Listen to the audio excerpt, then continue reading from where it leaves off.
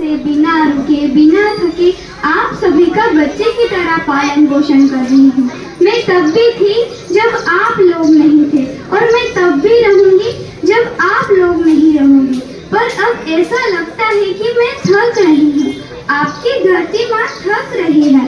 रसायन का छिड़काव, रासायनिक खाद और इन सब के कारण मैं थक रही हूँ। लगता है मेरे बच्चों को मेरे दुख का अंदाजा नहीं है। ये जहरीले रसायन मेरी मिट्टी के उपजाऊपन को खत्म कर रहा है।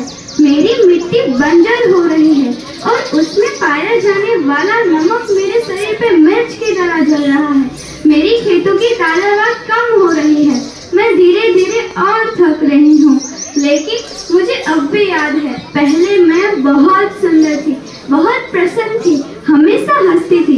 मुझे अब भी याद है, मैं तुम्हारी माँ सुंदर क्यों ना होती, मुझे तो सुंदर होना ही था, क्योंकि बीते जमाने में आप मेरे बच्चे ही अपनी माँ के रखवाले थे।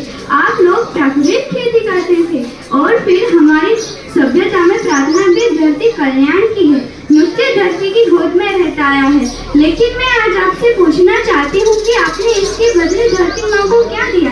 ये जहरीले रसायन और कृत्रिम खाद जो मिट्टी को बंजर कर रहा है। आप लोग ज्यादा पैदावार के लालच में जो रासायनिक खाद अपने खेत में डाल रहे हैं, वो अभी तो लाभ देगा, मगर लंबे समय में उसी रासायनिक खाद का नुकसान भी है।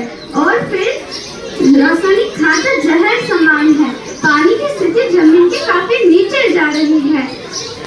लगता है आप अपनी अगली पीढ़ी, अपने बच्चे के बारे में सोचना भूल गए हैं। सोचो, क्या तुम अपने बच्चों को ऐसा खेत देना चाहते हो जो बंजर हो? अगर नहीं चाहते तो प्राकृतिक संशोधन को बचाओ, प्राकृतिक खेती को अपनाओ और परंपरा देशी पद्धति में पंचगव्य खाद का उपयोग करो ताकि मिट्टी की उत्पादकता बनी रहे।